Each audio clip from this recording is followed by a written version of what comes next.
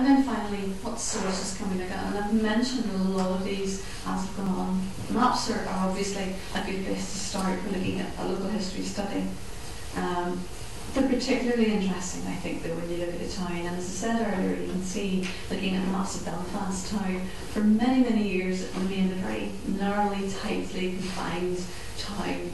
And then suddenly, at the end of the 19th century, exploded into the city that we know today. And actually looking at maps of Belfast in 1900 or 1911, it doesn't really look that hugely different than it does today. It's recognisable as Belfast, whereas if you went back 100 years earlier, you wouldn't see that perhaps. So maps are useful for looking at how towns develop. And the 19th century in particular was a great time for mapping.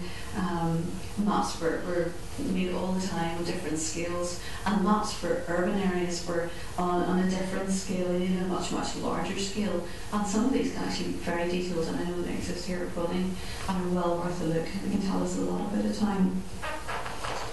The other one that you might want to look at is valuation records. Now, valuation was taken for the purpose of taking money off people, as usual, but it was basically so that you could pay rates depending on the nature of your property. But that assessment, the valuation records, can tell us a lot about the land, the piece of land that was owned, who owned it. And it's interesting, I mentioned quite earlier on in the talk about landlord towns and the role of the landed family in a town. Very often, even when you go into the 1930s, and you look at valuation records, you see that a lot of the town lands are still actually owned by the local landlord. When you look at Randallstown, for example, the Olwyn family would still own a significant amount of the land that the town buildings are built on. So we can find out a lot about a town from that as well. Estate records, and that leads on from what I was saying about landed families. Landed families were very actively involved in towns, in building towns like Hillsborough, but also in Olwyn, and we've obviously got the Chichesters in Belfast, but other examples as well where landed families were very, very involved in the town, and sometimes their collections can be very helpful from that point of view. Church records, again, can tell us a lot about local people, and marriages and deaths and births, etc., and how people moved around.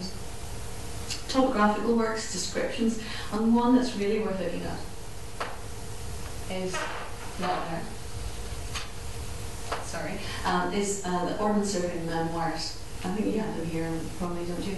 They're great because they accompany the maps that were made in the 19th century, the early 19th century, and they give sometimes very, very detailed descriptions of rural areas, but also of the towns. And some of the descriptions can be very detailed indeed. The economic and social makeup of the town, activities people engaged in, etc. And the idea was to roll this out for the whole of Ireland, and Ulster was done, but then they ran out of money. So we're very fortunate, and we've got this wonderful set of detailed descriptions of our parishes, baronies, etc., and particularly of the towns. Trade directories, I mentioned earlier, is very, very good for telling us who ran what businesses, what they bought and sold, who were the people with the most money, how did this change over time. Poor law records, I also mentioned earlier, can tell us about the poor people in the town. They tell us about who was entering the workhouse, how poor people were, but also what was done with these people, how they were treated, what the responsibilities of those in charge were.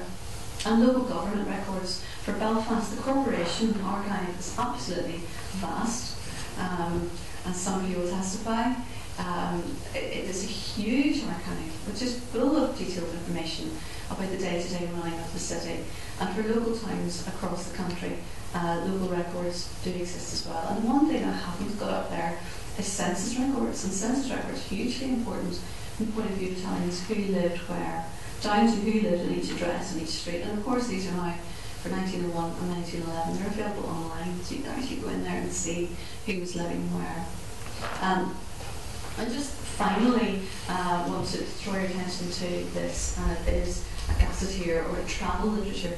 The 19th century was a great time for people travelling, and lots of people came to Belfast to write about what they saw as they toured Ireland. And I just want to leave you with that quote, and this is actually a picture of the exchange and assembly rooms that I talked about earlier. But this Arthur Young is an inveterate traveller and writer, and he wrote of Belfast: the public buildings are not numerous nor very striking, but over the exchange, Lord Donegal is building an assembly room 60 feet long by 30 broad and 24 high, a very elegant room. So that just tells you some of the things that you might want to look at when you're looking at the local history of your particular town or village.